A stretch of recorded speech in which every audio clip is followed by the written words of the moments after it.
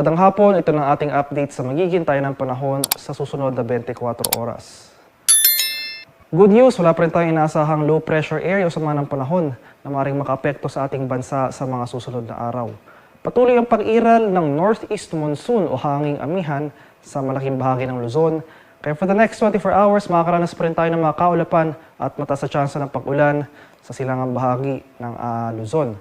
Partikular na dito sa mga lalawigan ng Cagayan Valley, Apayao, buong Bicol Region, Aurora, Quezon, pati na rin sa mga lalawigan ng Marinduque, Romblon at Oriental Mindoro. Samantalang sa nalalabing bahagi ng Luzon, including Metro Manila, may tsansa naman tayo ng mga light rains o yung mga dagliang pag-ambon na dala naman ng amihan.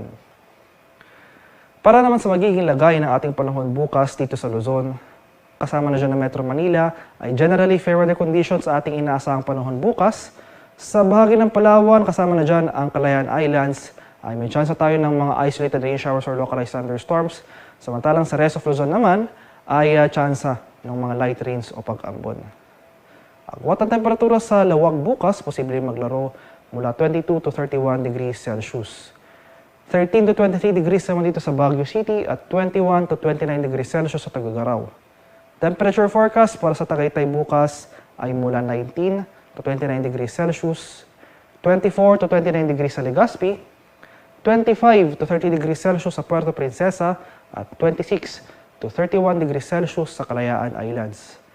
Sa Metro Manila, may kababaan pa rin ang ating minimum temperatures na kadalasang naitatala sa madaling araw dahil nga sa bugso itong amihan.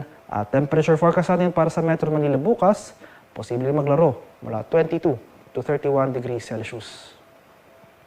Sa bahagi naman ng Visayas at Mindanao, magpapatuloy itong generally maalinsangang panahon sa mga nabanggit na lugar. May kainitan at maalinsangang panahon ang inaasahan simula umaga hanggang sa tanghali. Ngunit pagsapit ng hapon hanggang sa gabi, asahan natin itong mga kaulapan na dala ng localized thunderstorms na posible magdulot ng mga pulupulong pag-ulan na may pagkilat at pagkulog. Temperature forecast para sa sa Iloilo, bukas posible maglaro mula 25 to 29 degrees Celsius, 24 to 29 degrees sa Cebu at 23 to 30 degrees Celsius sa Tacloban. Agwat ang temperatura sa Cagayan de Oro bukas, posible maglaro mula 24 to 29 degrees Celsius. 24 to 32 degrees naman dito sa Davao at 25 to 32 degrees Celsius sa Zamboanga.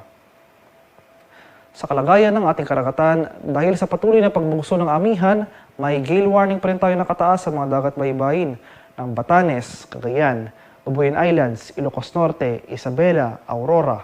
Sa bahagi ng Quezon, kasama na dyan ang Polillo Islands, Camarines Norte, Camarines Sur, Catanduanes, Albay, Sorsogon, at sa Masbate, kasama na dyan Anticaw at Murias Islands.